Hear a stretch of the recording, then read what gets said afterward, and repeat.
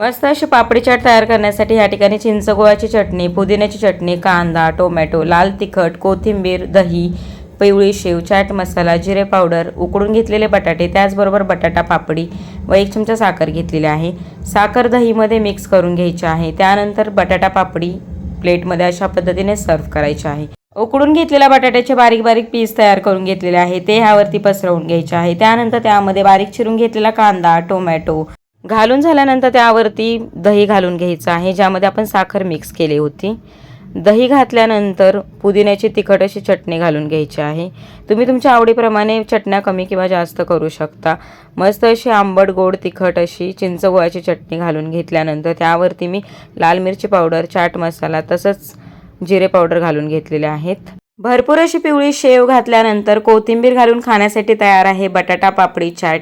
वाट कसली पाहता, लगेचच तुमच्या घरी ट्राय करा. धन्यवाद.